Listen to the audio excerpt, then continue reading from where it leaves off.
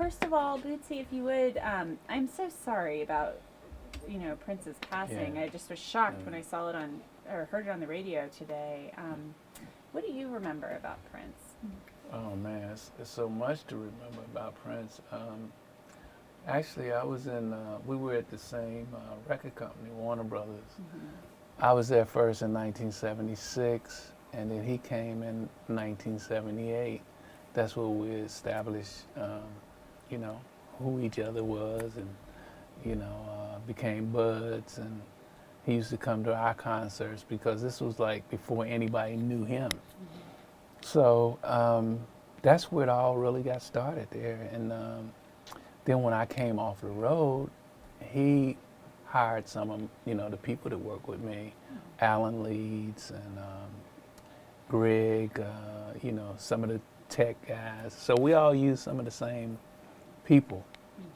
So, but the thing I admired, more so than anything was not only his musicianship, his ability to get beyond the music and deal with business head on. Because none of us, we hated business. I mean, and I really admired that about him because musicians you don't really find musicians that like dealing with the business. Now James Brown, okay, but he wasn't like a musician. He was more of a singer, entertainer. But Prince, he did it all. Like him and Mike. Him and Michael, to me, was the new threshold. They were the ones that were not only dominant in what they do, talent-wise, they took care of business. They had their publishing, their song rights, and they wouldn't let nobody take that away from them. And that was new. I mean, for us, that was like, wow, and a whole new. They started a whole new agenda when the rappers came in, starting to do independent, owning this and owners of their own music. So Prince and them started a whole new movement about musicians owning their stuff, and so. I mean, he was much bigger than the music, but that's what everybody saw was the music, but he was much bigger than that. In the publishing, a lot of people might not realize it, but that's where a lot of the money is made in the music industry. Yeah. I hate to bring that up, but that's where the money is made. Yeah, and just for an example, it's like, okay, take like my partner, George Clinton, been having problems for years trying to get that back, and here comes Prince out of the clear blue, and he starts it off right. See, we didn't start it off right because we didn't know, so it's kind of like an ignorant thing that you just stumble into, but Prince wasn't stumbling. He learned from what we did and from what the ones did before us. I mean, he was studying.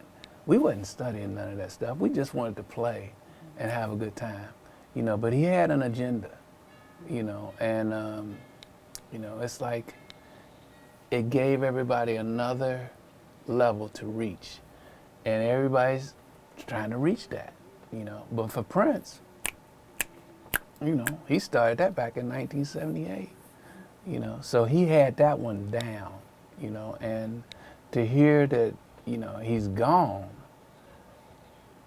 I mean, I haven't grasped that yet, so I don't even know what I'm feeling, I know that, they say he's gone, but I ain't felt that yet, so I'm waiting to feel that. Yeah, I'm sure it's just such a shock. Yeah.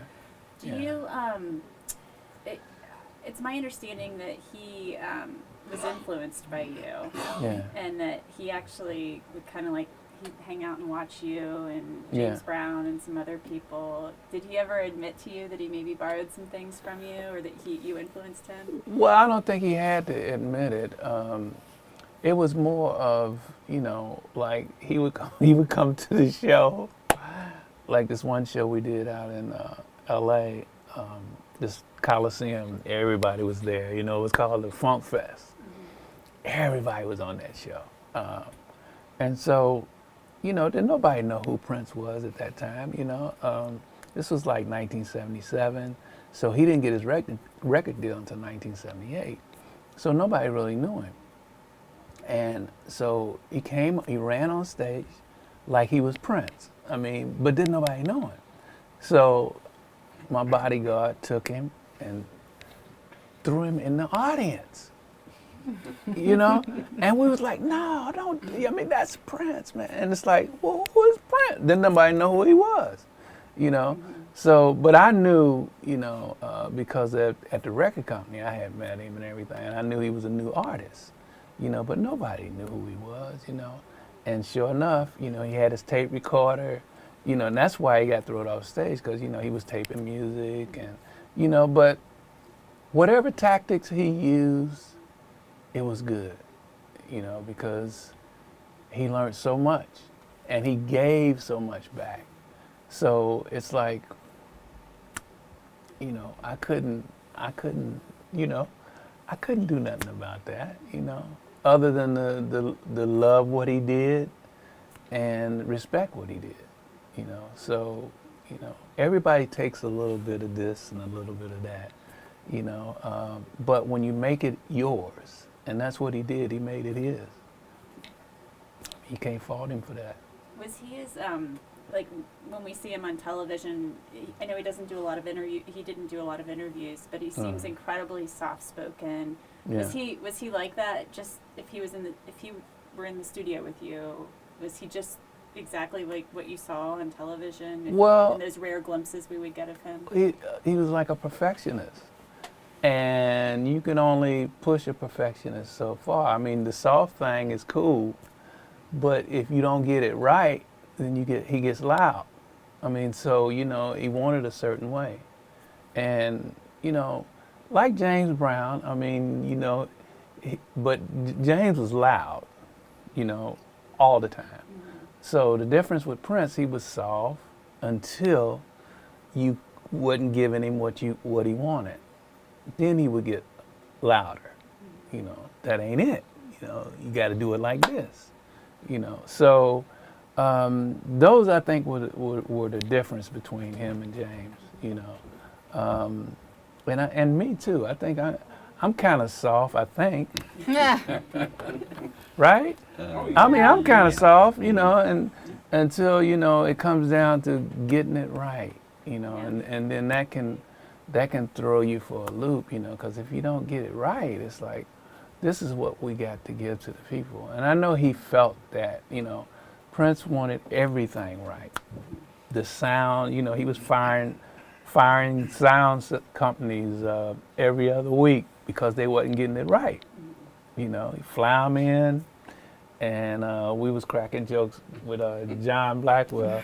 Prince would say, bye-bye. Yeah, fly them right on out of there. So, it was like he just had to have everything right. And it wasn't just because of him. He had a product that he wanted delivered right, because the people were worth it. Yeah. When was the last time you saw him or spoke with him? Last year, yeah. So, and he was doing great. Seemed like he had gotten his second win, and doing these different projects with the girls, and then he was doing this last piano thing, and I think that this was the last tour, right? Yeah, I'm not sure. Yeah. So he was actually on tour when this happened. Yeah. I know so he had to cancel some shows, right? And I guess the doctors wanted him to cancel more. Or I yeah. was reading online he was at some thing last weekend maybe or something, and they didn't want him to do it, or I don't know how true that is. Did he, and your wife was saying he introduced you at the Rock and Roll Hall of Fame? Yeah, he did. What was that like? that was